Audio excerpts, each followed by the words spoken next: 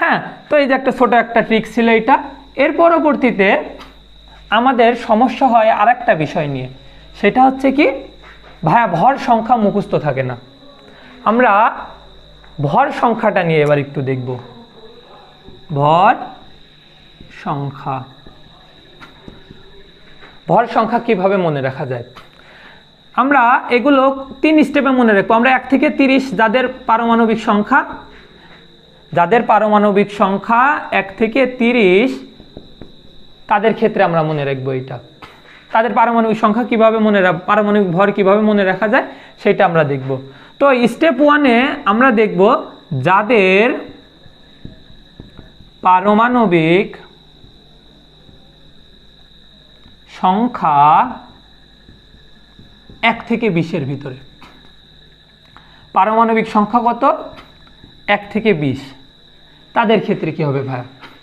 এই যে 1 থেকে যাদের 20 আছে তাদের ভিতরে ভাইয়া 2 ধরনের সংখ্যা আমরা দেখতে পাই।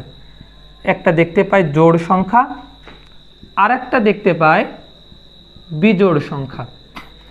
তো যাদের পারমাণবিক সংখ্যা জোড় 1 থেকে 20-এর ভিতরে, যেরকম 2, 4, 6, 8 এটসেট্রা এটসেট্রা, তো যাদের পারমাণবিক সংখ্যা জোড় তাদের পারমাণবিক সংখ্যার সাথে, যাদের পারমাণবিক সংখ্যা জোড় তাদের ক্ষেত্রে কি করব?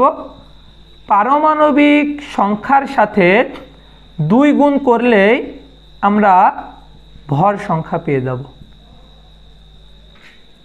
ভাইয়া উদাহরণ দেখান। ম্যাগনেসিয়ামের পারমাণবিক সংখ্যা কত? 12। এই যে 12 জোড় না বেজোড়? জোড়। তাহলে জোড় হলে তার পারমাণবিক সংখ্যার সাথে কত গুণ করলে ভর সংখ্যা পাবো?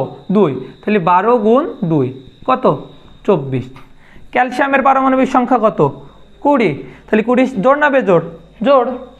এর সাথে 2 গুণ করলে কত হয়? 40। দেখো তো মিলেছে কিনা। আচ্ছা ভাই, যাদের বিজোড় তাদের ক্ষেত্রে কি করব? পারমাণবিক সংখ্যার সাথে 2 তো গুণ করবই, সাথে এক্সট্রা আরও 1 যোগ করব। ভাইয়া উদাহরণ দেখান। সোডিয়ামের পারমাণবিক সংখ্যা 11। 11 জোড় না বেজোড়? জোড়। তাহলে 11-এর সাথে 2 গুণ করলে কত হয়? 22 আর 1-এ 23। এই যে সোডিয়ামেরটাও বেরিয়ে গেল। তাহলে যাদের পারমাণবিক সংখ্যা 1 থেকে 20-এর ভিতরে, যাদের জোড় এবার 1 থেকে 20 তাদের ক্ষেত্রে আমরা হিসাব করব। সূত্রটা কি? যাদের জোড় তাদের পারমাণবিক সংখ্যার সাথে 2 গুণ করলে ভর সংখ্যা পেয়ে যাব। যাদের বিজোড় তাদের ক্ষেত্রে কি ভাইয়া? পারমাণবিক সংখ্যার সাথে 2 গুণ করে 1 যোগ করে দিলে আমরা কি পেয়ে যাব? ভর পেয়ে যাব। আচ্ছা, এবার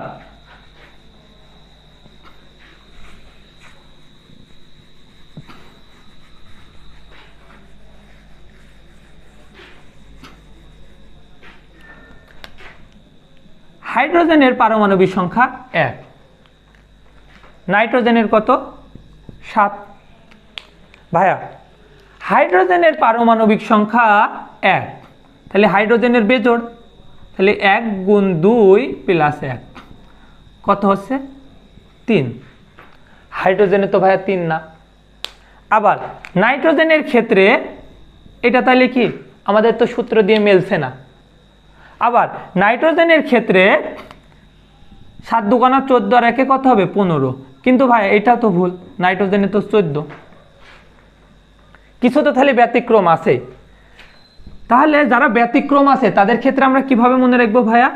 আমরা এইভাবে মনে রাখতে পারি যে ব্যতিক্রম হলো নাইট্রোজেন আর ক্লোরিন।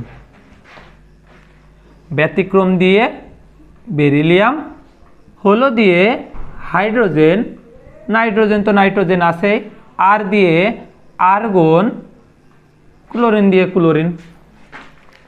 এই যে নাইট্রোজেনের হাইড্রোজেনের 1, এটা আমাদের সবার কমন সেন্সে মনে থাকে যারা আমরা একটু বইটই পড়ি। নাইট্রোজেনের 7 দুগুণা 14 হয়।